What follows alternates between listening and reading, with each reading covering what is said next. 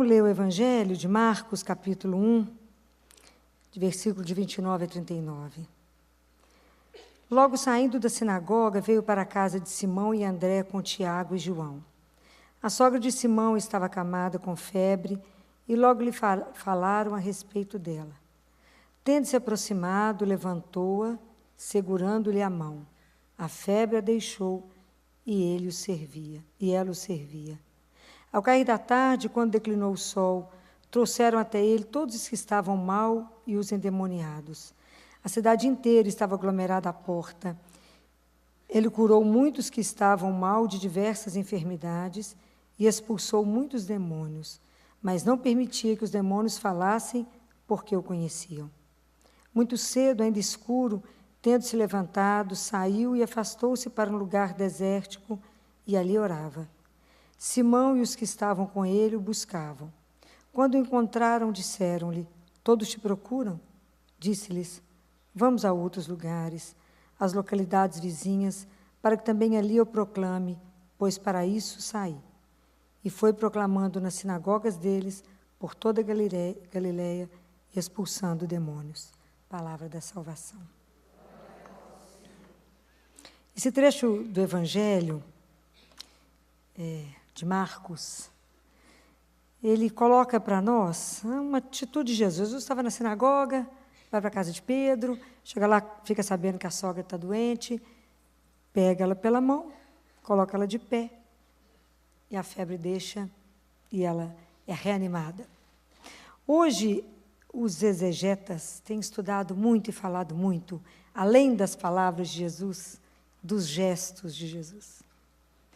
E um dos gestos que nós vamos olhar são as mãos. E a mão, ela fala muito para nós, porque às vezes a gente não presta muita atenção. Com a mão, eu posso te acariciar, ou eu posso te bater. Eu posso te acolher, ou eu posso te rejeitar.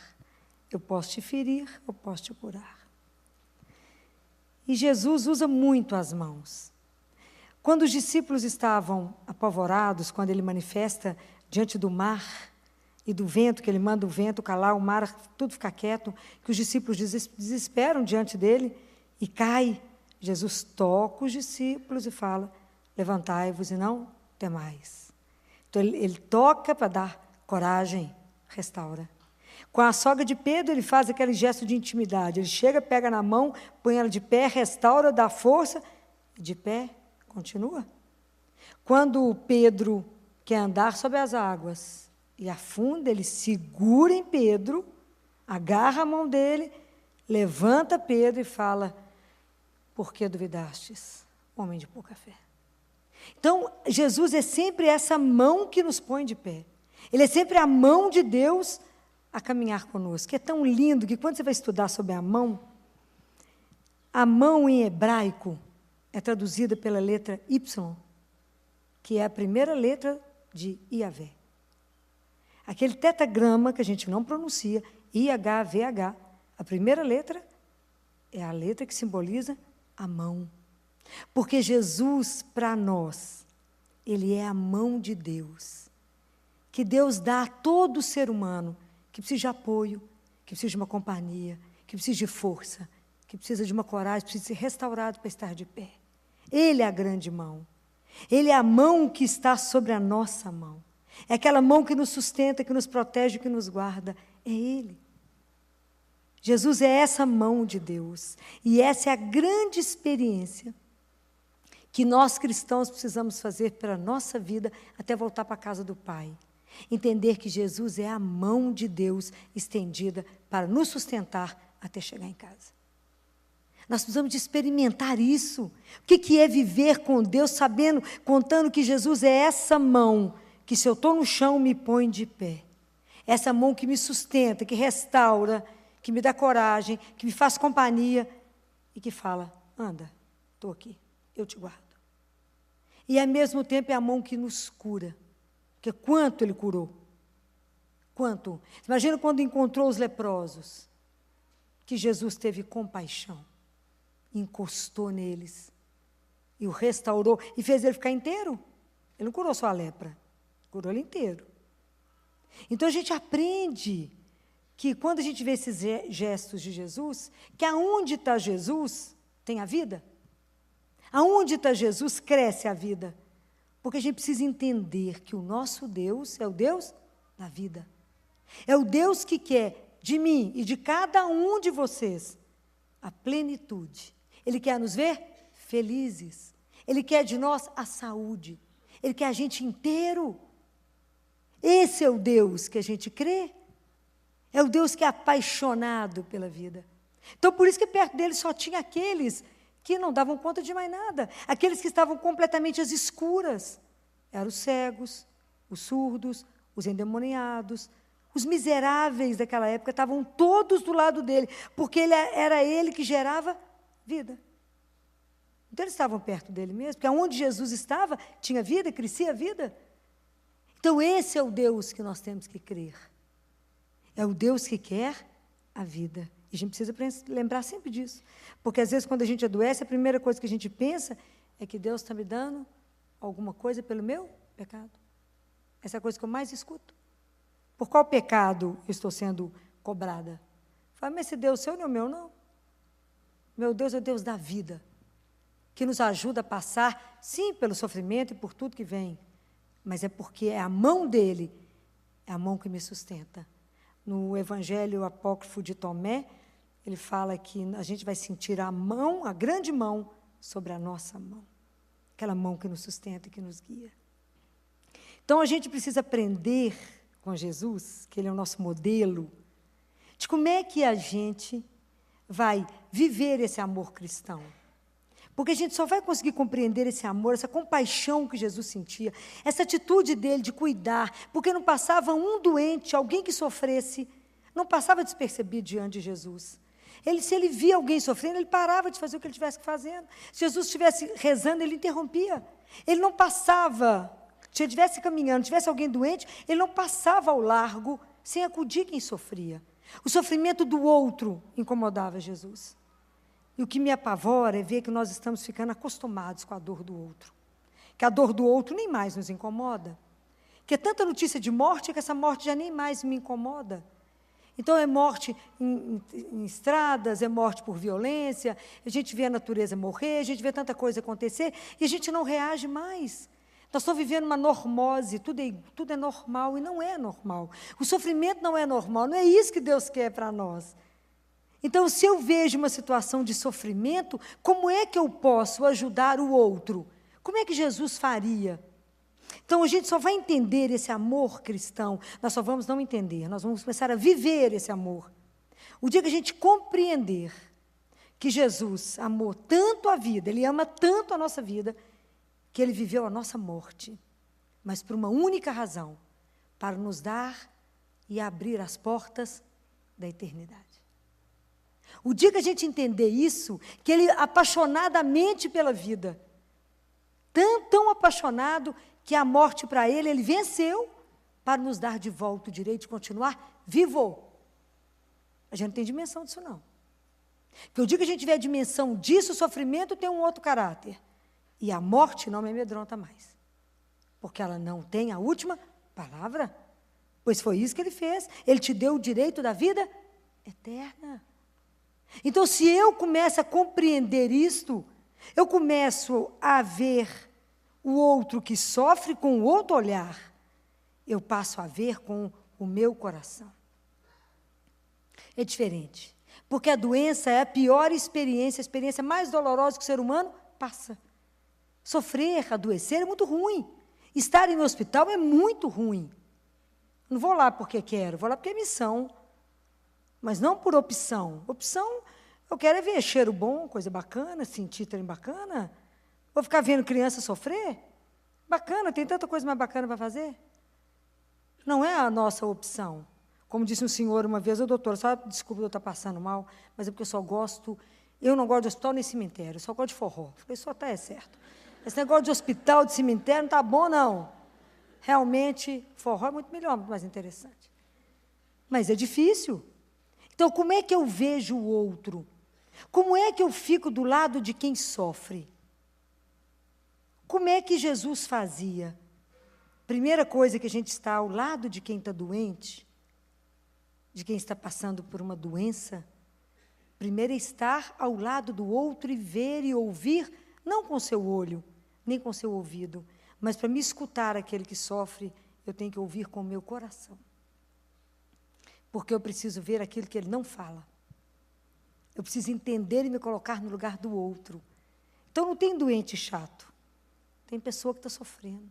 E é ruim demais sofrer. É ruim demais depender do outro. É ruim demais ficar doente. É ruim demais alguém ter que te dar banho, te trocar de roupa. É ruim, é muito ruim. É maravilhosa a liberdade de poder fazer o que você quiser. Então, como é que, se eu sou cristã, se eu assumir que sou discípula dele, como é que eu me porto diante daquele que sofre? Como é que eu me porto diante daquela situação que é inevitável? Como é que eu fico do lado de alguém que está se acabando? Como é que nós estamos nos portando como cristãos? Se eu tenho Jesus como modelo de que está lá, como que ele estava ao lado? Primeira coisa que eu tenho que fazer, eu só ajudo alguém que sofre ficando ao lado. Eu não posso ajudar alguém que sofre, ele estando lá na casa dele ou na minha. Eu tenho que estar ao lado de quem está sofrendo, de quem está passando por um processo que naquele momento precisa de ajuda. Então, como tem sido a nossa atitude? Como a gente faz diante daquilo que é inevitável?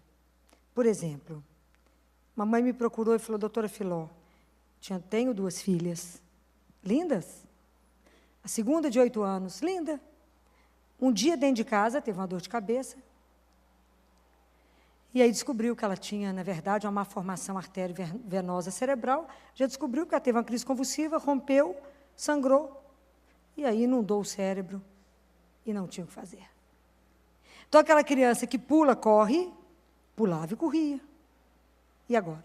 Ela falou comigo, eu não aguento mais escutar a seguinte frase, sua filha poderia ter morrido, o caso é incurável, a doença não tem o que a ciência é ser feito. E aí? Ela falou, e aí, doutora, eu vou enterrar minha filha ainda viva? E aí? O que nós vamos fazer? Eu falei, e o pai dizia para mim, mas eu estou orando, doutora, por uma cura? Falei, a primeira cura que acontece é no nosso coração, de aceitar aquilo que a vida não pode mudar. Falei, então aqui nós vamos ter que discutir milhões de coisas. Milhões. A primeira, a consciência de que eu sou finita, vulnerável, frágil e acabo a qualquer momento, posso acabar. Segundo, que nada me pertence, muito menos os filhos, eles são só me dados por um tempo, e o tempo que precisar, retorna. Mas agora ela está assim, nós vamos fazer o quê? Falei, nós vamos voltar com ela para casa, né? Sim. Então, vamos começar a pensar no básico. Qual é o quarto que essa menina vai ficar? O que vocês sugeriam para a família? Falei, o que mais bate sol, porque ela não pode ir ao sol, o sol vai até ela. Então, vamos colocar um quarto que bate sol? Vamos colocar uma janela aberta para ela? Ela não gostava de flor? Vamos pôr flor. Ela gosta de música? Vai ligar uma música. Ela gostava de ler? Conte histórias. Mas a gente não sabe se ela está te ouvindo, eu acho que está. Mas minha filha vai vegetar? Não, preste atenção. Essa palavra não pode existir na boca de um cristão. Existe um mistério que nos habita, e ele se chama Deus. Nós não podemos explicar, mas Deus habita em cada um de nós. E porque Ele habita, ninguém vegeta. É ali Deus que sofre. Já muda tudo. Já mudou o olhar. Falei, vocês vão ter que dar conta de cuidar de uma criança que era de um jeito, e agora nós vamos cuidá-la de outro jeito, mas a vida ali ainda resiste. Ela está ali, então nós vamos fazer o melhor que a gente pode. Isso nós vamos cuidar. Com amor, com paciência, que as pessoas falam. Como eu gostaria de cuidar de Jesus, doutora Filó? No seu filho doente. Em alguém doente que você está perto de você. Ali são as chagas para você poder cuidar. É assim. Não podemos fazer nada por ele, fazemos pelo irmão, porque ali ele habita. E assim nós fazemos. E falei, e aí vai ter uma estrutura toda que vai entrar na sua casa. Secretaria de Saúde lá do interior está te ajudando. Então, vai o médico na sua casa, vai a fono na sua casa, para estar com sono, com traqueostomia. Então, nós vamos aprender e abrir um leque de tudo diferente na sua vida. E ela vai comer por aqui, nós vamos pôr na boca dela, falar, aqui você está comendo tal coisa, vamos sentir gosto. É um trabalho difícil, dificílimo, mas é assim que a vida se apresenta. Então, é assim que a gente vai ficar de pé e vamos cuidar. É assim, por quê? Porque eu creio, a alma está inteira e um dia ela será restaurada. É fácil viver isso? Não. Haja fé. Mas é por isso que nós estamos aqui rezando. A gente não sabe o que a vida nos aguarda. Mas eu falei com eles, afirmar que Deus existe quando a vida é muito boa, isso é fácil para todo mundo. Até ateu afirma que Deus existe. Vira a vida do avesso e assume que Jesus é o Senhor. Não é brinquedo. Mas tudo isso pode ser transformado. E as famílias que conseguem viver essa experiência, é maravilhoso, porque há uma transformação radical em todo mundo. Porque todo mundo se transforma, porque há uma presença nova em casa. Eu falo, nós vamos ter que ter a coragem de cuidar. Tem que ter a coragem de ser essa mão de Deus que acaricia. E de, ao mesmo tempo, sentir a mão de quantos outros que Deus mandará na sua casa para te ajudar a permanecer de pé. É assim. É com coragem que, se a gente souber, nós vamos levar isso numa leveza e numa beleza de saber, era assim até aqui. Não é mais daqui para lá. Será de um outro jeito e a família vai se adaptar de um outro jeito. E é tão interessante como é que a criança vê as coisas de uma outra forma. Eu perdi um tio, deve ter um mês, mais ou menos, um mês e pouco, e eu fui na casa da minha tia, estive aqui com a família no dia que ele morreu, foi uma morte súbita. E aí eu fui para lá. E eu estava visitando a minha tia, e todo mundo chorando. O neto de 5 anos falou assim, primeiro ele chamou a tia, a mãe dele, e falou assim, mamãe, a Filó, ela é crente? Porque o assunto dela é só Jesus. Primeiro ponto. Segundo, ele já começou a me amar a partir daí. Aí ele falou assim, ô mamãe, eu posso falar uma coisa? Eu falei, pode falar, Luiz Henrique, pode falar. Aqui, o vovô não foi morar com Jesus? Foi. Ele tá bem com Jesus? Tá. Então por que está todo mundo chorando? Vamos parar de chorar, ser feliz e seguir a vida. Porque nós não vemos a coisa nessa simplicidade. Vamos seguir a vida? Ou tipo, vamos tomar um sorvete? Falei, vamos embora, minha filha. Vamos entrar no carro, tomar um sorvete, vai ser a melhor opção. Mas é porque a gente não vê e não crê dessa forma, não é? E aí, como é que a gente é despreparado? Como é que a gente tem, às vezes, acontece uma coisa na nossa família e a gente não sabe o que fazer? Mas porque a gente não faz o olhar da fé? Não é? A gente precisa rever essas coisas. E outro dia recebi um telefonema de um jovem que falou comigo, Filó, eu estou com uma irmã morrendo de câncer. O câncer só multiplica. Não há mais o que fazer. Eu queria saber como é que eu faço. Como é que eu faço?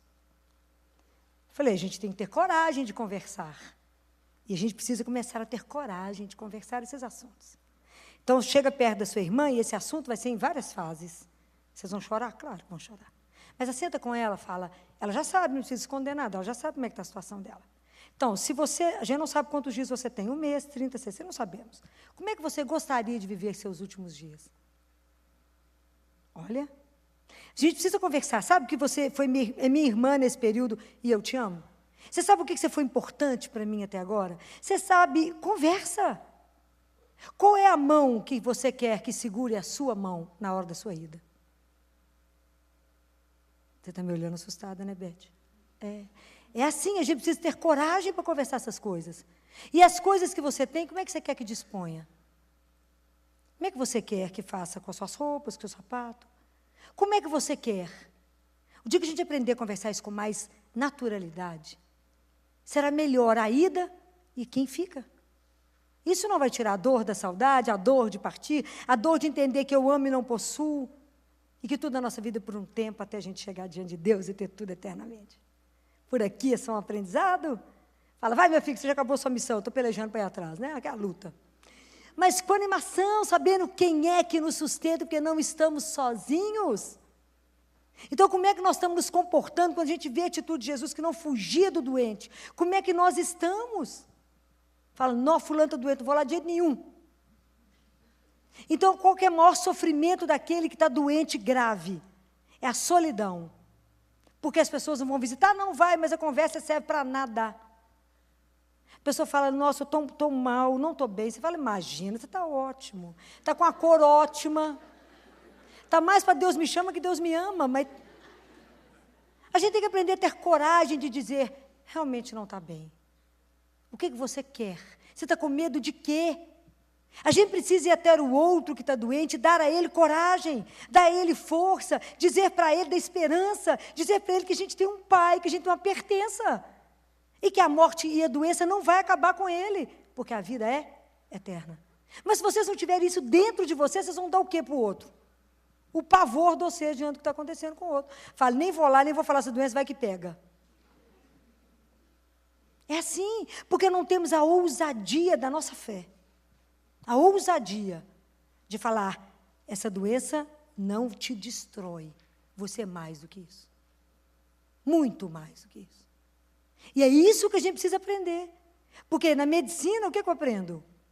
A curar e a cuidar muito bem de órgãos. De órgãos. E há altas curas. Mas se eu não aprendo, que eu não trato, não é um órgão, mas uma pessoa, eu tiro a doença e volta outra coisa. E volta um vazio, uma depressão, uma falta de sentido. Então, você curou uma coisa, igual um amigo meu me ligou, Filó, eu saí do infarto. Teve morto no infarto. Eu saí do infarto, mas eu estou com um vazio maior do que o meu tamanho. Então, enquanto eu não entender que a gente cuida da pessoa inteira, então eu preciso de quando eu sou chamado, ou de quando a gente acompanha alguém, ou um amigo, alguém que está do seu lado, doente, eu tenho que olhar ele inteiro. Inteiro. Tratar uma pneumonia é muito fácil. Mas teve pneumonia por quê? Está se sentindo só? Está triste? Também está querendo morrer? Por que você adoeceu? Aonde a sua alma está sofrendo? O que está dentro? Que sonho não está sendo realizado? O que não está bom? Se Deus quer a completude, a realização do ser humano, se Deus quer a nossa alegria, a nossa felicidade, por que a gente está adoecendo? O que está acontecendo? Aonde está o erro? O que houve em nós? Que está quebrado, que está precisando do grande médico nos curar? Mas para muitas pessoas você vai ter que mostrar isso. Falar, Ele é a mão que te ajuda. Seja essa lá a situação que você estiver vivendo. Você crer nisso, mostrar que a gente tem um Deus que é vivo, que nos acompanha. Porque com tudo que Jesus curou, o mal continua no mundo. A doença continua no mundo. Como é que nós estamos conduzindo uns aos outros? O sofrimento dela, linda, me preocupa? Eu olho para ela e falo assim, a mulher linda dessa nem tem sofrimento. E a dor? E aquele que está guardado que ela não foi capaz de dizer? Por que a gente não sabe de nada uns dos outros? Porque a gente não olha para os outros. A gente olha só para a gente. Só o meu problema que é importante. Então, quanta gente está sofrendo do nosso lado? E a gente não está percebendo. Quantas crianças de 10 anos tentando autoextermínio? O que está acontecendo? Quantas crianças de 12, 13 anos com os braços cortados? O que está acontecendo? Aonde está essa dor? Aonde está a falta de sentido? E que eu preciso ser como Jesus, ter um olhar aonde eu vejo, eu tenho que olhar com o meu coração. Então, eu preciso aprender. Aprender tantas coisas, a entender tantas coisas, a me abrir para esse mistério. E é tanta coisa que a gente vive que a gente não entende. A mão com os símbolos dela, não sei se vocês sabem que esse dedo, o polegar, ele está relacionado com o cérebro. Esse dedo, indicador, com a vesícula biliar. Este dedo está relacionado com o pâncreas e o baço. Esse com o fígado e esse com o coração. Então, a gente já escutou tantas vezes, já lemos tanta história do polegar e a bota de 7 léguas, não já? Então, o polegar foi o menino que abriu a cabeça, seguiu a intuição, e a bota de 7 léguas, na leitura, ele se abriu para os 7 dons do Espírito Santo. Mas como a gente não entende nada, não lê nada, não pensa em nada, vai no rolo de nada. Mas é preciso acordar para tantas outras coisas que estão acontecendo. Tudo que foi feito em nós e criado, tudo é muito lindo, há um mistério que a gente precisa ver, que a gente precisa descobrir. E que às vezes a pessoa doente fala, mas eu não vou ver nada. Vai, às vezes naquela pessoa que está doente, você vai descobrir coisas belíssimas. Você vai ser a oportunidade das melhores conversas. Então, eu falo que o meu relacionamento com o Padre Dalmo, a última semana dele foram as nossas melhores conversas. Mesmo que a gente ria e chorava da morte. Mesmo que quem estava do nosso lado devia olhar para nós dois e falar, acho que eles não estão sabendo da gravidade, né? Porque eles riem e choram. Né? Deve olhar e falar, esses dois estão rindo de quê? A gente ri da morte. Que eu olhava para mim e falava assim, não pede minha cura. Estou pedindo, não. Filho, olha, ele abriu um olho e falou assim, o que você está rezando aí agora? Estou rezando só, não estou pedindo nada, não, rezando apenas. E onde a gente pôde falar de tanta coisa bacana, da presença, da amizade, de amar alguém, tanta coisa linda, conversamos nos últimos dias, né, até ele ser entubado. Despedimos ainda, ele ainda me deu a bênção antes dele ser entubado. Então, por que às vezes a gente demora para conversar tantas coisas importantes? Por que demoramos tanto para poder descobrir tudo isso? Então, quantas coisas, e eu falo, descobrir em nós mesmos. Quão pouco a gente se olha, quão pouco a gente se conhece. E o grande desafio da nossa vida para chegar até Deus é se conhecer. É se conhecer. Então, quem tiver oportunidade, leia São Bernardo de Claraval, sobre conhecimento de si. Aprenda a se conhecer. Esse é o grande mistério, esse é o grande desafio da nossa vida, aprender a se conhecer. Então, entender que Jesus, a presença dele na nossa vida, diante de alguém doente, Jesus não é mais uma opção terapêutica. Não é eu dou tal remédio, mais a oração. Não. Eu preciso entender que a vida ela é muito ampla e que Deus é a raiz e o centro de tudo na nossa vida. Ele é o centro. E que a gente precisa entender que Ele nos quer inteiros. E se algo está acontecendo, que eu estou ficando quebrado, aprenda a contar para Ele aquilo que não está bom. Aprenda a ver e ler e traduzir aquilo que não está caminhando. Eu acredito que à medida que as pessoas forem perdendo o medo de Deus, entendendo que a melhor coisa que pode acontecer na sua vida é crer num Deus tão maravilhoso, que nos sustenta, que não nos abandona, que é a força que está conosco, que é a mão que te leva para a casa do Pai.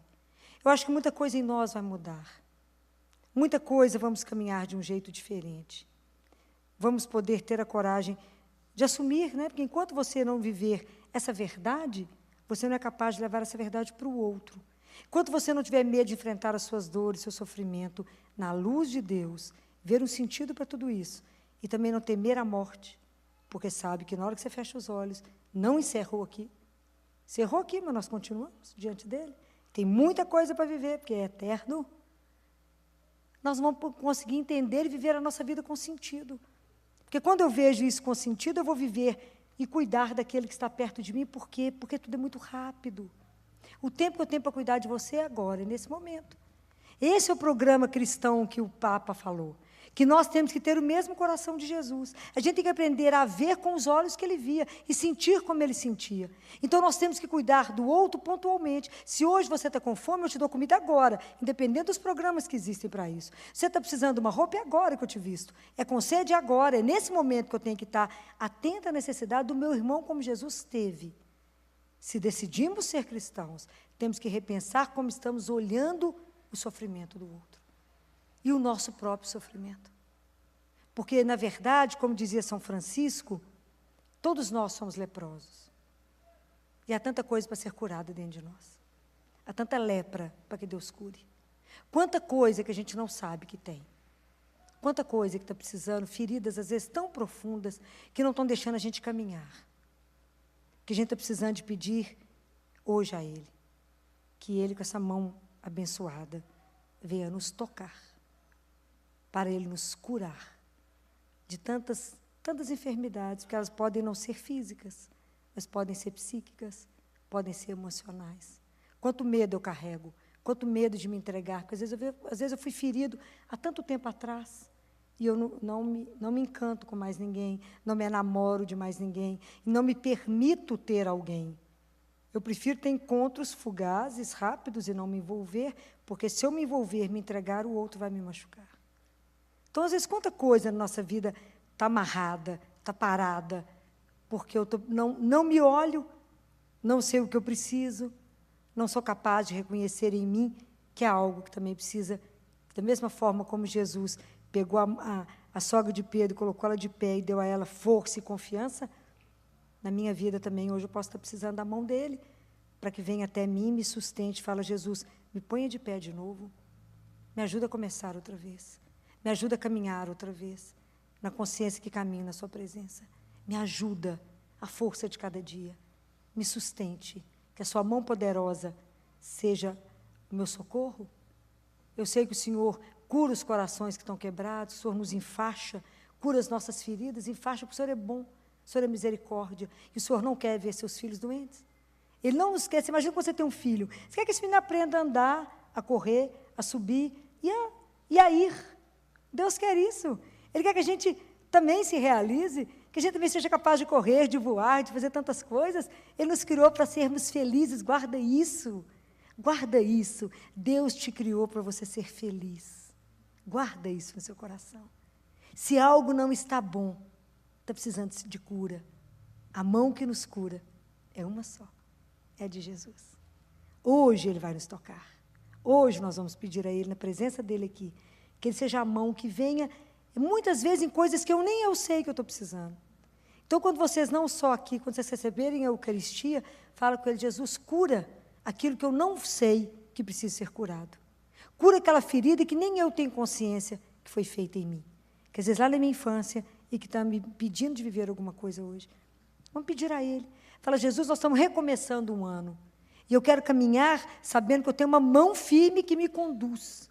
Uma mão que me sustenta. Uma mão que não falta. Uma mão que nunca vai me abandonar. É a cena da criança, que é aquela cena apaixonante da criança de 2, 3 anos andando de mão dada com o pai e com a mãe.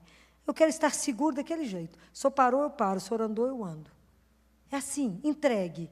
Hoje eu quero sentir a sua mão sobre a minha mão, sobre o meu coração, sobre a minha cabeça, sobre as minhas costas e falar, de pé, estou aqui. Com aquela certeza daquele Deus que não nos abandona, mas que nos acompanha. Deus nos acompanha. E seja lá a situação que você estiver vivendo, e amanhã você estiver vivendo alguma dor na família, alguém que está doente, seja de que forma for, assente do lado e veja, se coloca no lugar do outro. E perceba o que o outro está precisando. E seja para essa pessoa a extensão da misericórdia de Deus. Seja para o outro a extensão dessa mão de Deus que cura. Mostre para ela, conta para ela sobre Jesus. Conta para ela quem é o Senhor de todas as coisas. Ajude ela a rezar e chamar Jesus, que é o nosso grande médico, o nosso grande mestre. Ajuda as pessoas a serem felizes, porque esse é o projeto do Pai. E que em 2018 a gente possa ser muito feliz. Mas muito feliz não sozinho. Primeiro que nós temos aos outros e temos Jesus, que é o nosso grande companheiro. Que ninguém saia daqui com essa dúvida no coração. Que a gente é amado incondicionalmente. A gente é querido, a gente é desejado. E se algo não está assim, se você não está se sentindo assim, nós vamos colocar isso para Ele agora. Falar, Jesus, tem um negocinho dentro de mim que nem eu sei que está ruim. Tem algo dentro de mim que eu não estou me deixando ficar feliz. O que é? Entrega, que vocês vão sentir que bálsamo é a mão de Deus. Como é que Ele tira a dor? Como é que Ele nos alivia? Como é que Ele nos sustenta? Nos restaura? Quantos de nós hoje precisam de ser restaurados? De começar a acreditar de novo que a nossa meta, o fim para que fomos criados, é para a felicidade. Por enquanto, aqui ela é curta, ela é por algum tempo, mas somos destinados a uma felicidade eterna. É porque a gente não tem dimensão disso. Mas podem crer, essa é a verdade do Deus que veio nos revelar. Então, vamos fechar os nossos olhos. Vamos pedir a Jesus hoje 2 graças. A primeira, que Ele nos cure. Vem impor, Senhor Jesus, tenha misericórdia de cada um de nós, de todos os seus filhos aqui. A começar de mim, os seus leprosos, Senhor. Lepra da alma. Que o Senhor estenda essa mão bendita que Deus permitiu que conhecêssemos. Essa mão que venha nos curar, nos aliviar, nos restaurar, nos colocar de pé, para que a gente possa caminhar. E que o Senhor nos dê essa consciência de sermos amados, desejados, criados para a felicidade. E que da mesma forma como o Senhor nos restaura, faça de nós extensão da sua mão misericordiosa na vida de tantos que estão sofrendo. Que assim seja, Senhor.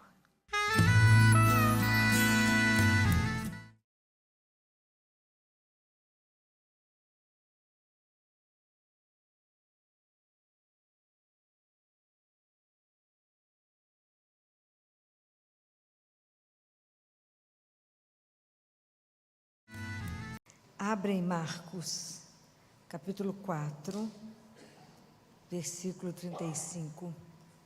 Foi o Evangelho de domingo. Vamos relembrar, né? Vamos relembrar. E disse-lhes naquele dia ao cair da tarde: passemos para outra margem. Deixando a multidão, eles o levaram do modo como estava no barco, e com ele havia outros barcos. Sobreveio então uma tempestade de vento, e as ondas se jogavam para dentro do barco, e o barco já estava se enchendo. Ele estava na popa, dormindo sobre o travesseiro. Eles o acordam e dizem: mestre, não te importa que pereçamos? Levantando, conjurou severamente o vento e disse ao mar: silêncio, quieto.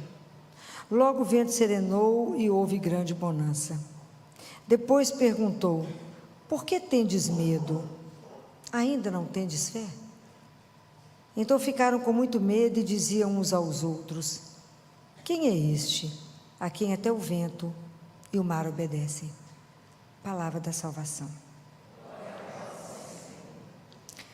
Todas as vezes que a gente tem a oportunidade de ouvir a palavra de Deus, a gente tem que se colocar dentro dela, para que a gente possa ser transformado pela palavra.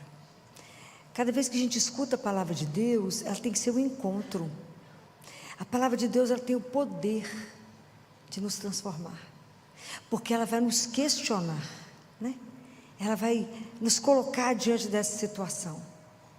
É claro que aqui existia uma situação real, do mar agitado, barquinho deles lá, para afundar, e Jesus dormindo, na sono solto.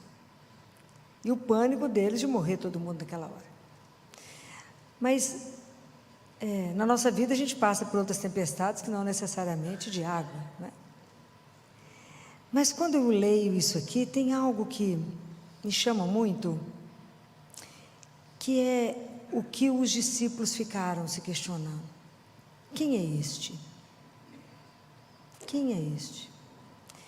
Quem é este por quem vocês vieram aqui hoje? Vocês saíram de casa, um dia frio, podia estar dentro de casa dormindo, tomando uma canjica em casa, né, comendo uma pipoca, vendo um filme, uma série. Quem é este que fez vocês virem aqui? Essas coisas a gente precisa sempre se perguntar. É a mesma história, uma comparação, da história da lebre com o cachorro. O cachorro está assim, passa uma lebre. Ele vê uma lebre passando e sai correndo, latindo atrás dela. Aí o outro cachorro vê o outro correndo, vai também. E vai uma turma, cada um vai passando, vai vendo o cachorro. E vai aquela turma, uma turma grande, correndo, latindo. Até que um que está lá atrás pergunta para o outro assim: por que nós estamos correndo? Fala: não sei. Então, para. O que eu estou querendo dizer? A gente tem que saber quem quem ele é. Quem é esse que tem o poder de acalmar as minhas tempestades interiores? Quem é esse que eu estou desorientada e ele fala: calma? Porque diante de Deus, Deus é um eterno presente. Então nós temos sempre que, todos os dias, a gente tem que renovar. Por que eu estou com Ele? Quem é Ele? É o amor da minha vida? É a minha força, a minha luz, a razão por que eu venho aqui, a razão por que eu corro, a razão por que eu faço determinadas opções na minha vida? Quem é Ele? Isso para nós tem que ser uma coisa tão clara. Porque a nossa fé, quando Jesus pergunta: vocês não tendes fé? A nossa fé é uma construção. E ela é uma mistura de medo e de confiança. Você recebe uma notícia que você está com câncer, você fala: Deus me abandonou, me esqueceu, morrer. Aí sai a notícia que está curada, que está bem, você fala: não, Deus me olhou. Então a gente vive nessa construção. Como é que eu vou fazer com que isso fortaleça cada vez mais? Como que eu vou caminhar?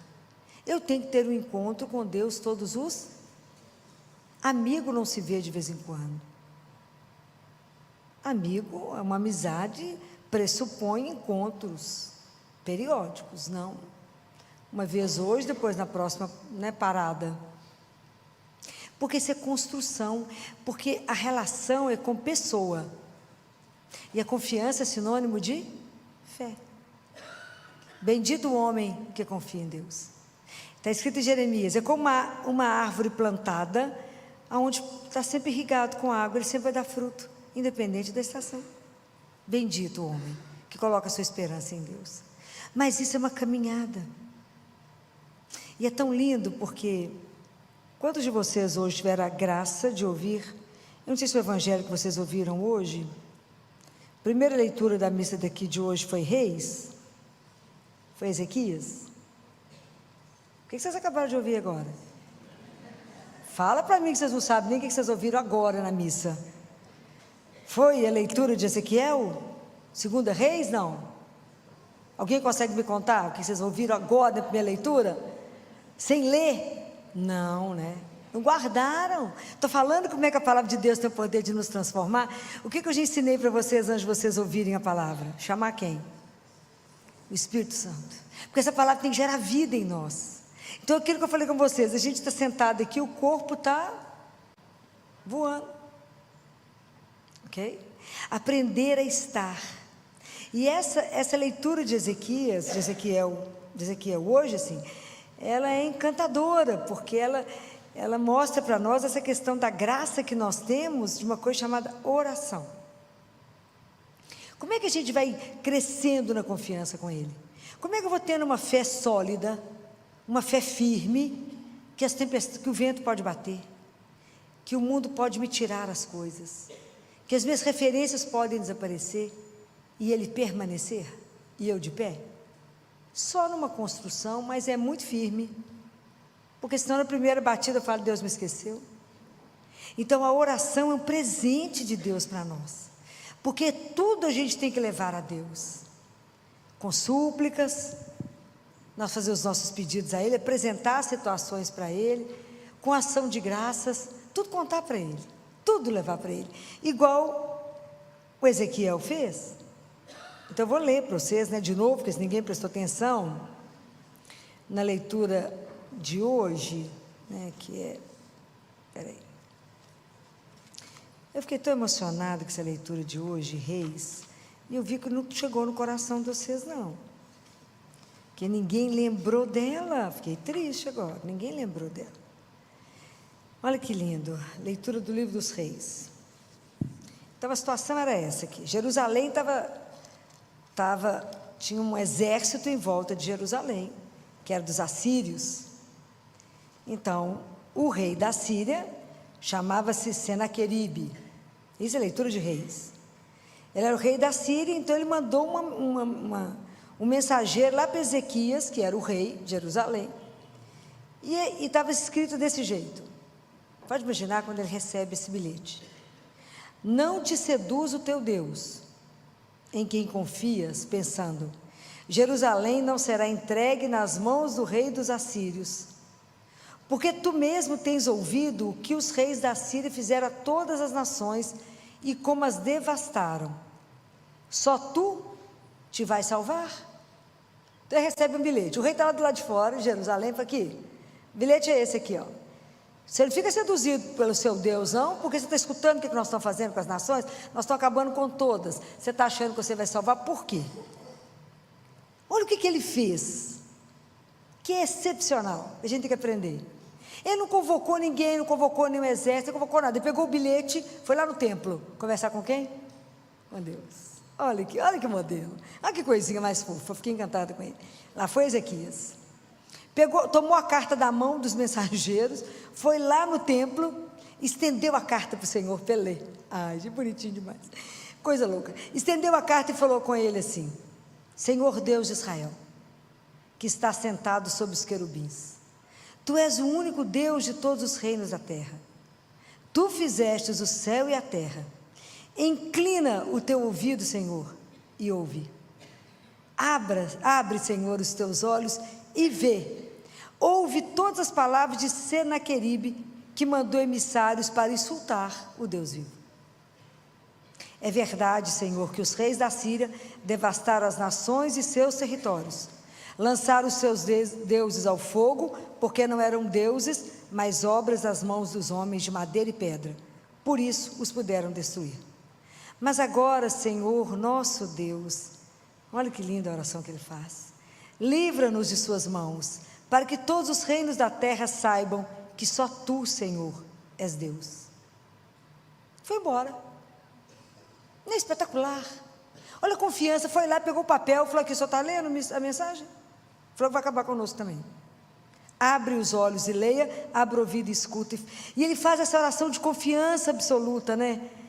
Nos livra, nos livra. Aí Deus chamou Isaías, eu fico louca com essas histórias. Chamou Isaías, falou, Isaías, vem cá, vai lá dar um recado para ele, para mim. Lá vai Isaías, que você já leu. Lá foi Isaías. E eu vou ler só o final da mensagem, para estimular vocês a ler. E aí Deus conta tudo e fala no final assim. Eis o que fará o zelo do Senhor Todo-Poderoso. Por isso, assim diz o Senhor acerca do rei da Síria. Deus, quando levanta, coisa não é brinquedo, não.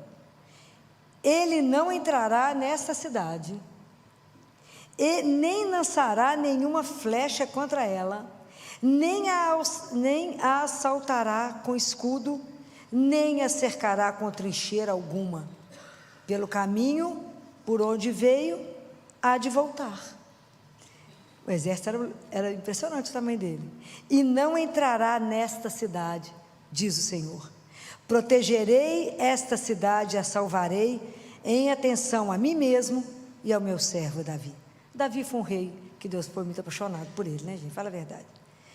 Nessa mesma noite saiu o anjo do Senhor e exterminou no acampamento assírio 185.000 homens.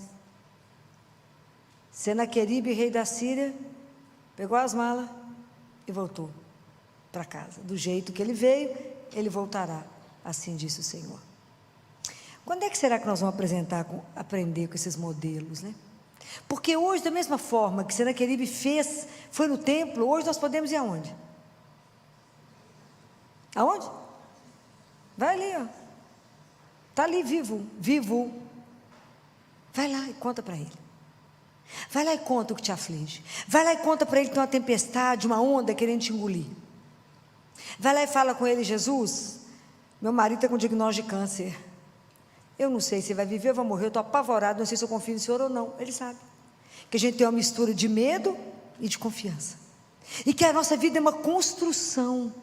Até ter um coração que tenha uma serenidade. A serenidade é fruto da confiança.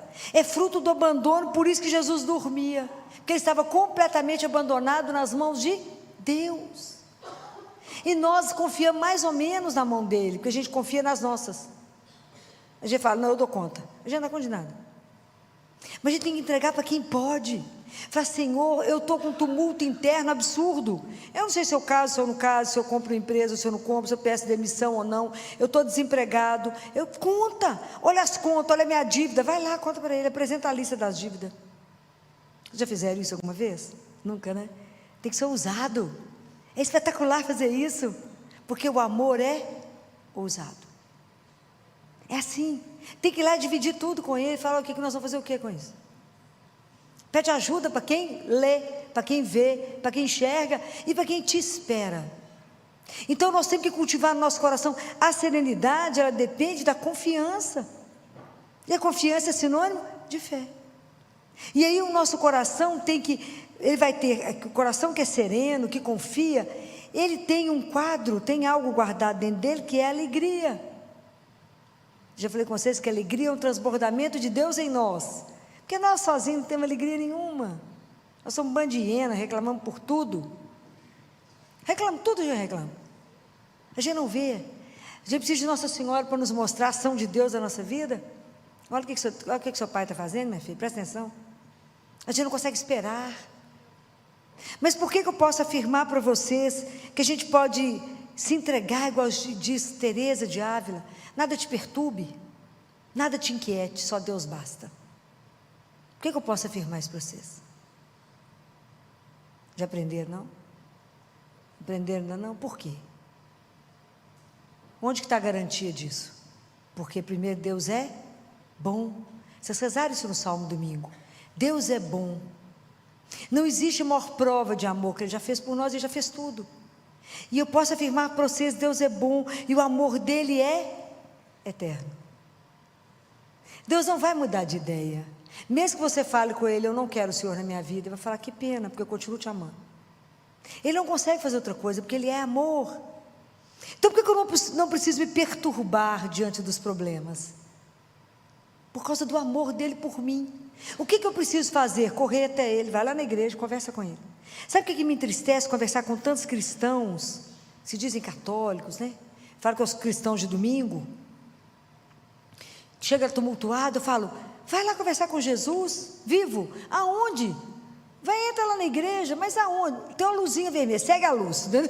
Segue a luz vermelha, minha filha. Toda igreja tem uma luz vermelha? Tem, minha filha. Não sabem, desconhecem o maior tesouro que nós temos na vida, que ele vive. Vai lá e conversa com ele, vai lá e conta a situação para ele, e deixa ele agir.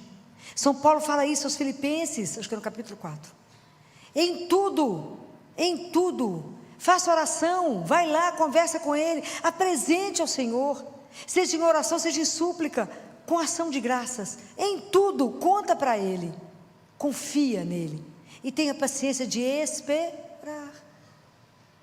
Igual a Catarina falou, Senhor, falou com Deus Pai, como é que eu sei que eu estou fazendo a vossa vontade? Ele falou, se você tiver paciência, Catarina.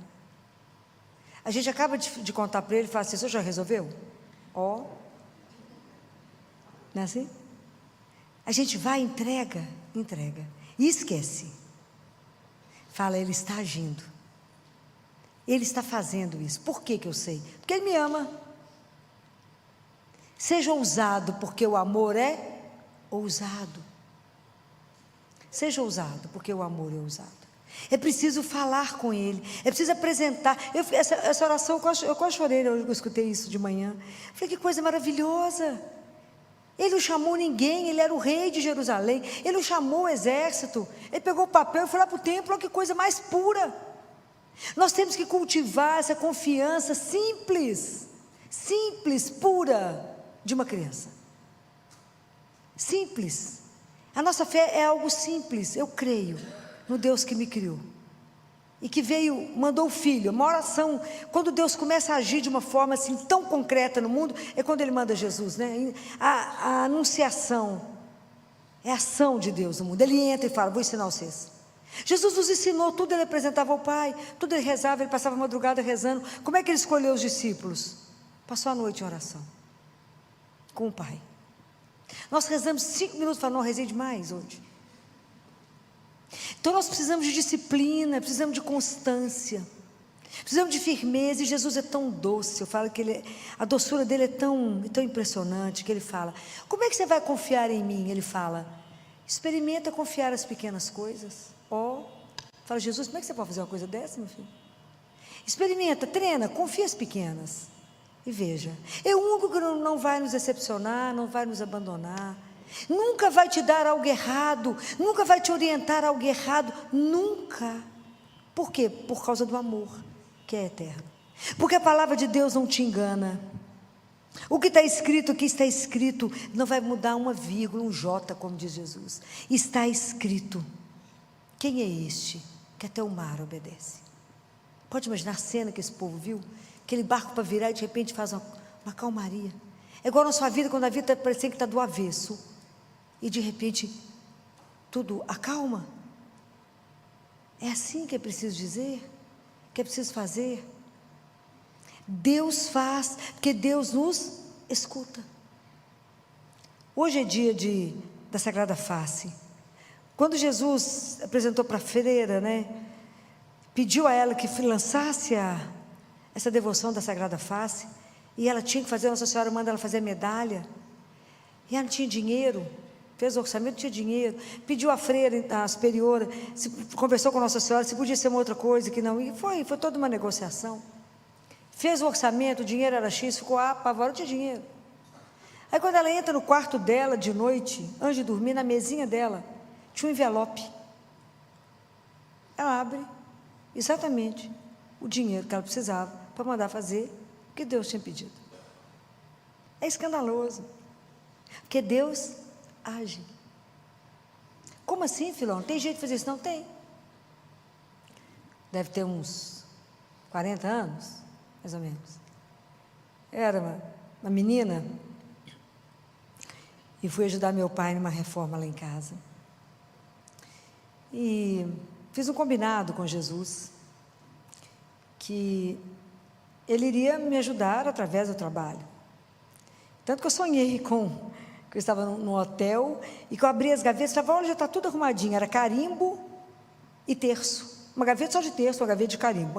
E todos os carimbos eram meus. Falei, reza e trabalha, né? Como diz Bento, reza e trabalha. E era tão impressionante que tinha uma parte lá, que tinha que fazer, dos armários, a cozinha era muito grande. E era armário demais, era coisa demais. E a forma como o arquiteto desenhou tudo, vocês conhecem arquiteto, né? É tanta coisa que só Deus na causa. E aí, quando eu vi o orçamento que o arquiteto me mandou, meu pai era muito bravo com essas coisas, o arquiteto me mandava tudo escondido, meu pai até, agora está lá no céu, já viu que foi feito assim, né? Mas não teve noção que foi desse jeito, não. Aí o arquiteto me mandou o orçamento, eu fui rezar, falei com Jesus, o senhor viu a conta? Prestou atenção? A lista do arquiteto é essa. Quanto nós dois temos na conta, filhinho? Temos não. Então, eu vou colocar aqui debaixo da cruz, porque a forma como você vai arrumar é sua, né? A esfera dos milagres não me pertence, né? Eu trabalho e rezo. Muito bem. Deixei as coisas lá debaixo, e no dia seguinte chegou uma criança para mim, eu trabalhava ainda no Hospital do Baleia, chegou uma criança para mim, e os prefeitos mandavam os meninos, e com muita coisa, e aí passava pela ortopedia, passava pela pediatria, era uma loucura lá. E aí chegou uma criança para mim, que ele tinha um problema no quadril, ou era agora, ou eu não perdia. Quando eu vi a situação da criança, liguei no ortopedista, eles olharam, avaliaram o menino para mim na urgência, tudo na urgência, porque a Kombi estava esperando para poder ir embora, época de Kombi ainda, ela era uma loucura para trazer o povo. E ele falou, filho, tem que pôr um aparelho. E a oficina, tem uma oficina ortopédica lá, maravilhosa, e liguei para o pessoal da oficina, falei, gente, sabe que as coisas da urgência, tem que fazer esse aparelho, tem que experimentar no menino, tem que passar no ortopedista, tem que ver se está tudo certo e ir embora. Mas é pobre daquela turminha de Deus, daquela turma. Falei, então, não passa orçamento para a família, não. Deixa para lá. Falei, Jesus, do jeito que nós dois já estamos, né, amigo? Mais um bocadinho mesmo, está tudo certo, né? Porque se o Senhor chegasse aqui para mim desse jeito, eu ia pagar o aparelho para você. Então, não posso ter dois pesos. Bora. Aí falei com o moço, não comenta, deixa lá. Fez o aparelho, tudo certo, passou no ortopedista, tudo ajeitado, certo. Já devia ser umas 3, 4 horas da tarde, que eu estava conseguindo comer alguma coisa na cantina, e a cantina era vazada, e os pais que estavam do outro lado nos viam de cá. A avó fez sinal que queria falar comigo, a avó e a mãe. Falei, pedi que elas passassem, e ela falou, doutora Filó, foi me contar, já deu tudo certo, já fez o aparelho, já passou no ortopedista de novo, está impecável, nós já estamos indo embora. Falei, que bom, deu tudo certo. Doutora Filó, mas eu queria agradecer a senhora, porque eu sei que a senhora pagou esse aparelho. Falei, eu? Não, absolutamente, não sei nem quanto ficou isso. Sabia mesmo, não, quando eu ia conversar com eles. Não sei não. Ela falou, doutora Filó, a senhora não me engana? Eu falei, não, deixa eu explicar. O Baleia tem um serviço social, e que depois resolve isso tudo, só pode ficar descansada. A gente já está acostumado com esse tipo de problema aqui mesmo, pode ficar descansado, está tudo certo. Essa mulher olhou, não acreditou em mim de jeito nenhum, mas eu continuei negando, né? Porque Jesus falou, não saiba direito que fez a esquerda, eu estou falando como testemunho. E aí essa mulher ajoelhou lá na cantina, olhou para o céu, chorava eu e ela falou assim, nunca há de faltar nada na sua vida. Deus é testemunha e nunca há de faltar. Muito bem. Acabou, foi embora, eu fui embora. Cheguei no consultório, minha secretária falou assim, a gerente do banco está atrás de você. Eu falei, misericórdia, né? Misericórdia, né? Estou lascada, né, agora. O que será que eu arrumei? Jesus, o que nós dois fizemos? Aí era gerente do posto que tinha dentro do Baleia. Ela me ligou e falou, Filó, tá boa, ótimo, graças a Deus. O que eu fiz? Ela falou, menina, você não gosta de dinheiro, não? Eu falei, imagina, você não tem noção da necessidade, não. Ela falou, Filó, nós fechamos o banco lá no Baleia. Sim. Você deixou um dinheiro na conta? Eu falei, deixei não. Eu fui lá com você, foi com você que eu fechei, mas eu deixei dinheiro na conta. Deixou o dinheiro na conta. Eu falei, não pode. Eu falei, então, antes de você me contar o valor, presta atenção. Você verificou se é meu? Olhou todas as pendências, se não é de alguém, porque eu não vou ter como devolver. Não, Filó, esse dinheiro é seu, você deixou lá. Falei, eu acho que é melhor você conferir de novo, antes de você me falar se é meu mesmo. Não, Filó, já está conferido, o dinheiro é seu. Falei, então conta. Nem R$1 a mais, nem 1 centavo a mais do valor que eu tinha colocado debaixo da cruz. Compreendem? Não é, o poder de Deus é algo extraordinário. Ele não deixou nem um centavinho a mais para um picolé. Filó, você não pediu, não foi isso? Foi isso que chegou. Então, a confiança é uma coisa construída, mas tem que ser uma fé igual ao menino. Eu falei com Jesus, eu paguei o aparelho para você e você me deu quantas vezes o que eu te dei? Compreendem? Então, essa construção é algo que eu convido vocês a viver, nesse abandono com Ele. Comece com as pequenas coisas, entrega, confia. Falei, só eu, Senhor. Falei com Ele, puxa vida, eu chorei. Eu falei, Jesus, até o centavo que tinha na conta, era o dinheiro que só passou de mão, que não era nem meu. Tenho certeza que o dinheiro não era meu. Falei, obrigada, você foi criativo nessa, né? Então, assim, eu tinha certeza que eu tinha fechado essa conta, absoluta. Mas é encantador. Se eu passasse o dia contando para vocês metade das coisas que eu vivi, que ele fez. E quando eu vi o padre Duarte Lara falando comigo, né, o dia que eu estava conversando com ele sobre os exorcismos, ele falou, minha filha, o dia que vocês tiverem a oportunidade de ver, ele fecha os olhinhos, fala com aquela calma dele. O poder de Deus é extraordinário. É assim que ele fala, muito calmo. E é isso. Então, acalmar um vento, acalmar o mar, acalmar uma tempestade da nossa vida. Difícil acalmar tanto tumulto que a gente carrega, porque a gente quer resolver tudo sozinho. A gente acha que vir rezar e perder tempo. E a gente fica computando quanto tempo eu gastei aqui, ali, diante dele. Ele fala, o tempo mais precioso da sua vida é o que você tiver gastado comigo. Porque enquanto você está aqui comigo, eu faço o resto para você. Ó que troca. Espetacular. Então vamos pedir a Jesus que cada dia eu lembre e pense, quem é esse para quem eu levanto? Quem é esse por quem eu estou fazendo uma opção de seguir um caminho estreito, enquanto o mundo está me chamando para um caminho largo? E por que eu estou fazendo opção para andar assim, tão no aperto? Por Ele. Por que eu cuido de todos assim, como Ele falou? Por que você só cumprimenta que Ele te faz bem? Não faz diferença nenhuma. Por que você tem que amar o inimigo? Porque quem é ruim sou eu, tenho que aprender a amar.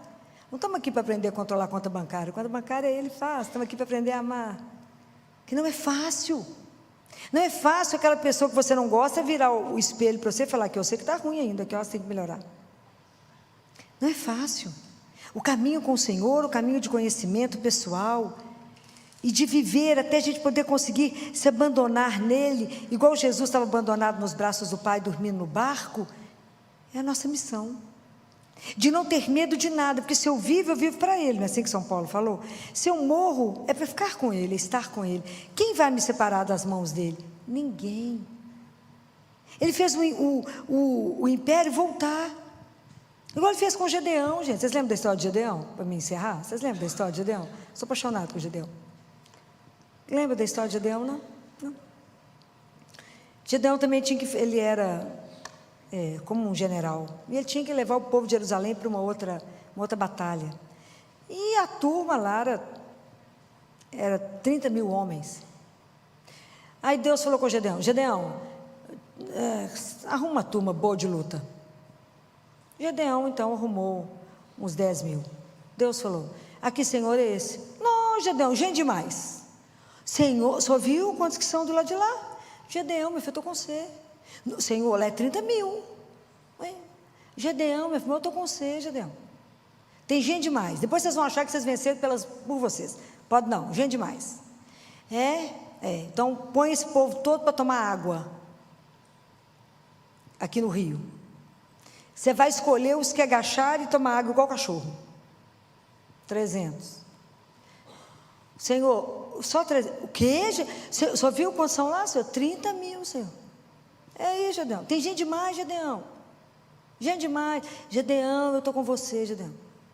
Agora de noite você vai descer lá para poder ver o acampamento durante a noite, você poder ver como é que está a turma lá. Hein? Vai descer lá. Gedeão, eu estou com você, Gedeão. Senhor, mas para ir? Se você está com medo, chama um companheiro. O que você acha que ele fez? Chamou o companheiro. O companheiro e Deus. Então vai os três, vamos embora, Gedeão. Eles foram ver como é que a turma estava num vale. Deus falou assim: Gedeão, não leva nenhuma arma. Hein? Nenhuma arma. Senhor, o senhor viu quantos são? Não, eu estou com você, Gedeão. A confiança nossa é assim. Não, senhor, mas o senhor viu quantos são? Vai. Vocês vão separar em 3 grupos de 100. Vocês vão ficar nos pontos que eu mandar. E vocês vão levar uma trombeta e um cântaro. E vocês vão iluminar. A hora que, ao meu sinal, vocês vão tocar o cântaro. Vocês vão tocar a trombeta. E aí, no meio da madrugada, eles se posicionaram, 3 grupos, e tocaram. Gedeão tocou a trombeta e a turma tocou junto. Como eles estavam embaixo, no vale, e a turma em cima, quando tocou, o barulho foi uma coisa assustadora, eles desorientaram, acordaram desorientado, e um matou o outro. Sobrou ninguém. Gedeão levantou a espada e falou: venci, né? Ele não, né?